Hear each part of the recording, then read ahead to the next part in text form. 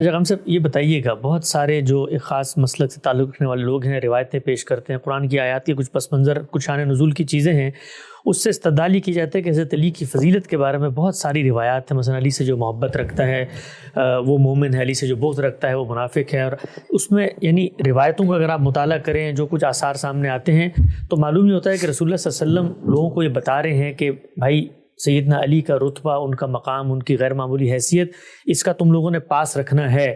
لیکن آگے کے جو معاملات ہوئے، جو نزاعات ہوئے، اس میں تو رسول اللہ صلی اللہ علیہ وسلم کی ہدایت کا کسی نے پاس نہیں رکھا اور بالکل تلواریں لے کر آ گئے۔ تو اللہ کے پیغمبر کی جو ہدایت تھی، اس ہدایت کو آپ کیسے دیکھتے ہیں جو انہوں نے مختلف موقعوں پہ بالکل غدیر خم کے موقع پہ بیان کی؟ کیا یہ واضح نہیں کرتی کہ اللہ کے پیغمبر جو ہیں بعد کے نزاعات میں باقی لوگوں کو نصیحت کر رہے ہیں کہ جو علی کہیں اس کو مان لینا؟ یعنی سیاسی معاملات میں اب جو وہ فرمائیں گے وہ مانا جائے گا، یہ قاعدہ طے ہو گیا۔ اب کوئی ضرورت نہیں ہے امر و ہم شورا بینہم کی، اب کوئی ضرورت نہیں ہے جمہوریت کی، اب شورا کی بحثیں بھی ختم ہو گئیں۔ وہ طے ہو گیا کہ سیدنا علی جو فرمائے وہ مان لیا جائے گا۔ تو پھر یہ سیدنا صدیق کا جب انتخاب ہو رہا تھا اس وقت صحابہ نے کیوں نہیں مانا بات، اور انہوں نے اٹھ کے کیوں نہیں کہا کہ مجھے تو رسول اللہ صلی اللہ علیہ وسلم نے یہ بشارت دی تھی اور تمہیں اس بات کا پابند کیا تھا۔ ہر بات کو اس کی جگہ پہ رکھنا چاہیے۔ اگر کسی موقع پر محبت کی تلقین کی گئی ہے تو محبت تو اللہ کے پیغمبر کے ایک ایک ساتھی سے ہونی چاہیے، سیدنا علی سے بھی ہونی چاہیے۔ یہ محبت کے منافی کیسے ہو گیا؟ یعنی ہم جب سیدنا صدیق کے کسی اقدام پر نقد کریں گے تو کیا ان کے ساتھ محبت کرنے میں ہم نے کمی کی؟ انسانی معاملات ہیں، ان میں کوئی اختلاف بھی ہوگا، علمی معاملات ہیں، ان میں کوئی رائے بھی مختلف ہوگی۔ اسی طرح نزاعات ہیں، نزاعات میں تو یہ دیکھا جائے گا کہ معاملہ کیا ہے۔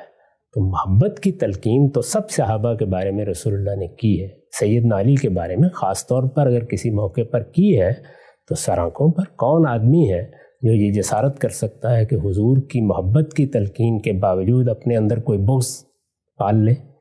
تو یہاں تو یہ سوال ہی نہیں ہے، سوال سیاسی معاملات کا ہے۔ سیاسی معاملات کا اس سے کوئی تعلق نہیں۔ لوگوں کو اپنا حکمران منتخب کرنا ہے، اس کے لیے اللہ تعالیٰ نے یہی طریقہ بتایا ہے کہ امرہم شورا بینہم، مسلمان اپنی رائے سے، اپنے مشورے سے انتخاب کریں گے، اور اگر کسی موقع پر اس کا امکان باقی نہیں رہا تو دنیا میں جو چیز ممکن ہوگی اس کو اختیار کر لیں گے۔